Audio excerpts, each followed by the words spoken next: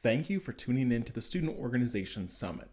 Make sure to follow us on social media and check out the many other videos on this channel about working with and advising student organizations. And now, please enjoy your workshop. Hi there, and welcome to our collaborative project on social media. Now, this is bigger than just one campus wanting to present, and so we found a bunch of different campuses that have really unique ideas to use social media and how to promote student orgs. So what you're going to see now is a collection of clips that they've submitted or images and examples that they've sent that we're going to walk through. And so you can get an idea and maybe find out what other campuses are doing and things that you can do on yours. So let's learn about social media. Hello, we are students from Student Leadership and Development at Loyola Marymount University, and we'll be walking you through our social media plan. We started back in August and have received great support and engagement on our posts. We envisioned our Instagram to have one goal: engage the students of LMU and foster a community in this online environment. Our most popular posts are Mondays and Fridays. On Mondays, we post about the events happening during the week to give students opportunities to get involved. And on Fridays, we post registered student organization spotlights where we showcase specific organizations and encourage students to join if they're interested. We also have special content such as fireside chats where LMU staff discuss leadership and involvement. Lastly, we have select Lion leaders who go above and beyond to make an impact in their community. Our department is the heart of student life at LMU, and we hope that our content inspires you and your own social media goals. Thank you. Hello, we are the Student Activities Center at the University of North Texas. With everything going virtual this year, we have focused on highlighting and promoting student organizations through virtual events and on social media. To help with online promotion of student organizations and events, we have an ad team that curates content including social media posts, graphics, animations, and videos. A way we help promote and highlight student orgs at UNT is through the social media initiative Featured Friday. Student orgs submit a form with a description and picture of their org, which we then highlight on our socials on Fridays. We also do a Student of the Org competition. Each month, we encourage student orgs to submit a nomination that highlights any accomplishments they have done in the past month. The chosen org then wins a $100 co-sponsorship, and we promote them on our socials and website. During the week of October 18th through the 23rd, we held an Org Spirit Week on Instagram. Student organizations were encouraged to show their spirit by posting pictures corresponding with the day's theme for a chance to win 1 out of 2 co-sponsorships. We also hosted virtual events where student leaders could promote their orgs to potential members. For example, our involvement fair was a live virtual org sync event where student orgs hosted Zoom sessions to promote their org and answer questions for potential members. We also held Mean Green Fling, a campus-wide event held in the beginning of the semester to get students involved on campus. This year's Mean Green Fling was virtual, so student orgs submitted videos to promote their org to hundreds of potential members. Overall, we've been able to highlight student orgs virtually through the use of social media and virtual events. Hi there. For a few minutes, I'd like to share with you some hopefully useful tips from the University of California, Riverside. I want to begin with YouTube. Before the pandemic, a lot of campuses might have ignored their YouTube presence, but for years we've been creating virtual trainings for student orgs and hosting them here. We also use this page for our end of the year awards ceremony, which we pre-recorded all of the speeches and announcements, and then we put clips and pictures of our winners and incorporated appreciation speeches from campus administrators. We watched the event all together. We also use our YouTube to host over 300 commercials created by student orgs. We gave them instructions, collected their videos, and then sorted them and uploaded them here. So you'll see different categories of videos here, such as recreational and spiritual religious. Students get referred to these videos via a virtual tabling website that we have that catalogs and lists all of the orgs and then links to their time-stamped location in these videos. Now I want to transition to Instagram. We also took these 300 videos and posted them to our Instagram 3 times a day from July to September. We would create these custom thumbnails for each video so it was a consistent look, and we would tag the group in question so that they'd share and promote when their video went live. This was a massive undertaking, but we gained a ton of new followers, and the groups consistently shared their videos and even shared the larger virtual tabling website as well. We also use Instagram now to share events and meetings on a weekly basis, so we created hashtags. Riverside likes to use the letter R for things, so we use share our event, share our meeting, and share our fundraiser. At 3 p.m. every Monday, I have a standing meeting to compile these posts and share via our story. We only do once a week because it would be a full-time job sharing these posts. We have 500 orgs, and a lot of them utilize this process. Now, this worked flawlessly for years, but Instagram did recently disable the ability to see recent posts because of the elections and misinformation, so hopefully they can fix that soon. You can have groups tag you, DM you. There's a lot of ways to get the posts sent to you for redistribution. We also do more typical stuff like Org of the Month, and our annual award winners of our big awards get showcased. We also do themed Thursdays where we'll showcase all the orgs in a certain category or type. For example, on the screen you'll see what some of our art stories look like, including a space to include their page's username. These are easy enough to create, and we cycle through, so we can reuse themes after we do a full cycle. We also do this when we register new organizations so that they get some promotion as well. So those are probably the most interesting and unique things we do. Check us out on Instagram at UCR Student Life if you want to see more. Hello from Denison University's Alfred Community Leadership and Involvement Center. This year, we did a hard reset on our social media and learned a lot about not just our content, but the way we were engaging with our students. We first went through and strategically ensured we were following all of our campus organizations from our office's Instagram account. Being able to see what they were planning and how they were marketing made it easy to start more organic and natural conversations. While we might struggle to get an email response sometimes, we found our students were really responsive to direct messages and often wanted to engage with us quickly and share their marketing.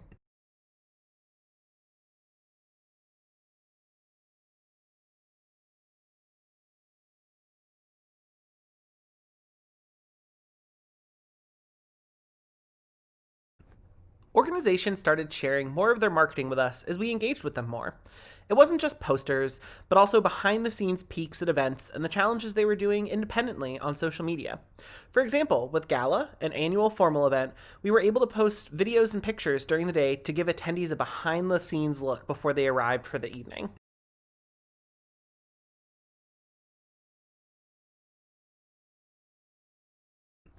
We also started tailoring how we were posting, not just putting whatever we thought out there immediately, but developing fun mini campaigns that had intention, such as introducing staff and answering FAQs, and ensuring our alternating posts so we weren't just doing all posters or all just photos of people at events, but an engaging mix of the two. We were also more strategic about our use of stories, especially during weekends, posting them in chronological order by date and event time. With the information we were now getting from organizations, we were also able to take our twice-a-week newsletter up a notch. Going out on Mondays to help showcase what was happening for the coming week, and again on Friday, it really became content-rich. Our weekly emails are sent to over 2,400 students, and we have an average open rate of 62%. With all the information flowing and quite a few large-scale events, we really also made use of Linktree. Not only was it handy to have the same resources that are universally linked there, but it also allowed us to share direct links straight to students rather than RSVPs, back and forth emails, or Zoom codes. It allowed much easier entry to virtual and hybrid events. And let us try out new things together that may not have happened otherwise. One successful collaboration was with our cross-cultural community, or C3 organizations, and our student-led voter initiative, DU Votes. With nearly 1,400 views, this video helped us engage the Denison community in voter education. This is just one example of our social media voting initiatives, which helped us estimate that nearly 83% of our eligible students registered to vote. When polled, 95% of them had a voting plan. We also had a Mask Up Denison challenge, where campus organizations selected a winner for a $25 gift card when they posted a masked photo on social media.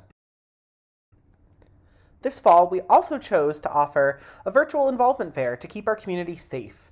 In addition to a whole bunch of social media posts featuring our organizations, we created a Get Involved YouTube channel housed under our Denison University YouTube page. We asked, and our organizations delivered. We received over 90 campus org promo videos.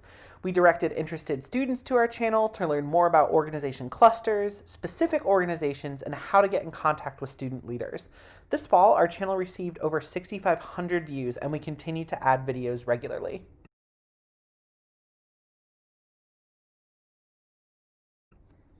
Overall, this semester, we tried new things and grew our Instagram followers by 122%. We hope these examples help spark some new ideas for you and your team to further your social media. Throughout the last year, the Stony Brook University Student Engagement and Activities Department has worked toward increasing their social media engagement. Some of the things we found that work for us are having our student staff do takeovers to showcase a day in their life. During their takeover, they show glimpses of themselves as well as promote upcoming events put on by our department. We have also had great success with our new TikTok videos created by our student staff. They use trending TikToks and spin them to be geared toward being a Stony Brook student and engaging on campus. We see higher engagement when we highlight our student leaders and their accomplishments. Our students love to see other students on our page. Throughout the year, we also produce videos that are posted to our Instagram, Facebook, and YouTube, including our Student Leader Awards and recipients, in which we highlight and tag them as the winners to showcase on their own page. We also have a Getting Involved video to promote involvement on campus and the benefits of engagement as told by our student organization leaders themselves. This was an ask put out to all of our organization leaders, and they delivered, really explaining why they got involved and what the benefits are of doing so, while also promoting their own organization. Lastly, we have created a recap video from the year highlighting the memorable moments of the year, including highlights of events, as well as highlights of big university traditions, also including pictures of our organizations provided by them. We hope to continue to expand on our social media engagement and promoting our clubs and organizations in a variety of ways. Hi, welcome to the University of Houston. One way that we were able to recognize our student organizations over this semester online through our social media was by changing our events involvement blast. These used to be student organization fairs taking place outside with free giveaways, but we transitioned to an online format through our social media. And so here you can see we would have 1 week for our social media for us to promote the student organizations. So here you can see some of the student organizations. We would request them to send us the pictures that they would want to be posted, as well as some upcoming event marketing. We would also ask them to submit what they would like to be posted in the caption, as well as we would always title our post Involvement Blast. And something like, check out this group, check out our organizations. And we did this 3 times throughout the semester. So here you can see some more of our student organizations and how we can feature them. And then we would get this information through our online system, Get Involved, which is an engaged platform. And we would make it just a form, and then they would fill out the form, including all of the pictures as well as the information for the caption and their student organization. And that's it for us. If you have any other questions, feel free to let us know. Thanks. Hi, my name is Morgan Stawoski. I use she, her pronouns, and I serve as the Assistant Director for Student Organization Development at Virginia Tech in Blacksburg, Virginia. And today I'm going to talk a little bit about the Source, which is our Student Org Resource Center's Instagram page, and how we've used social media to expand access to some of our initiatives, especially during the pandemic times. So I am gonna use like screen sharing to just like quickly show some things.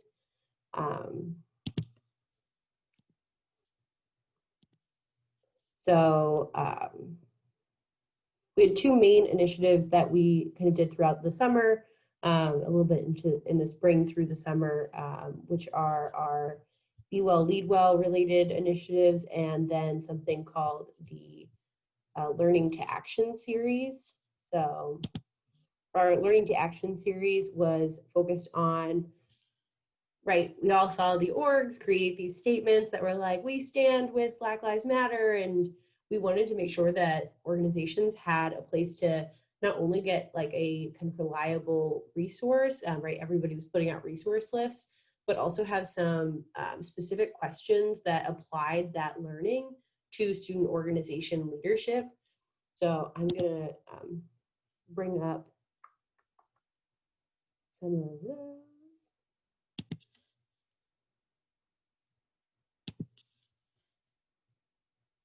So as part of this project, we would put in our story, and then all of this ended up living on our website as well. An example of a piece of media, so it was typically a short article or a video, and then so there's a couple examples of those, podcasts, things like that as well. And then each kind of week we had a format that we would use to give people the content. So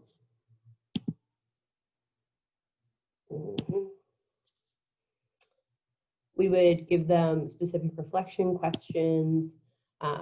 These are some more examples of those. And we didn't have a super huge number of orgs take advantage of the pledge card, but we did have a lot of advisors that said that they were really excited about having the resource and use the questions with their students. The other thing that I wanted to talk about was our Be Well, Lead Well initiative, which is focused on ensuring that student organization leaders understand, right, like that whole idea of fill your cup before you fill those of others, and ensure that mental health is a valuable piece of your organization's support for members. So we had something called the Mindful Leadership Journaling Series. And so as part of the Mindful Leadership Journaling Series, we had an email list that students could sign up for, and then we also did the prompts via social media. So this is how we did the social media stuff. So it was in a story on Instagram, and then they all got added to a highlight so people could look at them later. Usually in the email, we also included, right, some form of like an article, once again, something that you could look at and then you can reflect on. And we did a few accompanying Zoom sessions with these. So we would pick 2 themes in a month. So for the month that we did leading with authenticity, we also did non-judgment, and we talked about what the relationship between non-judgment and leading authentically is. We did that in partnership with our wellness office, who works closely with us on a bunch of other things related to our Be Well, Lead Well program.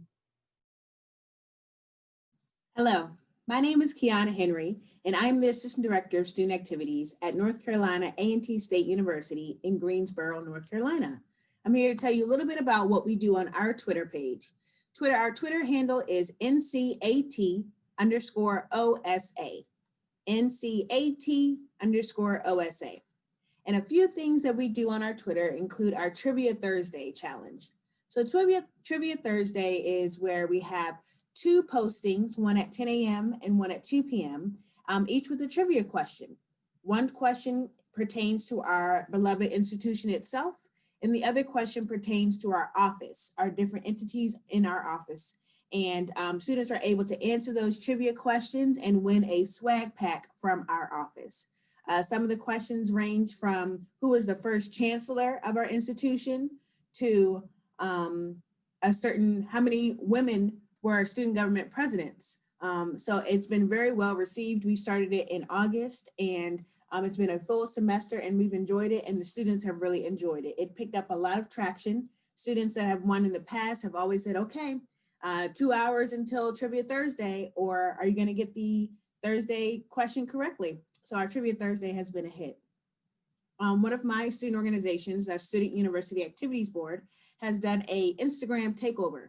And on the Instagram takeover, a board member each day was able to log on to the Student University Activities Board account and just do a day in the life of them, just to kind of humanize the executive board members a little more, so that our student population sees that they are humans. They go to class, they have skincare routines, they do different things in the cafeteria, they have different friends that they do different activities with, just to kind of humanize them a little bit more and have a connection in relation to the student body.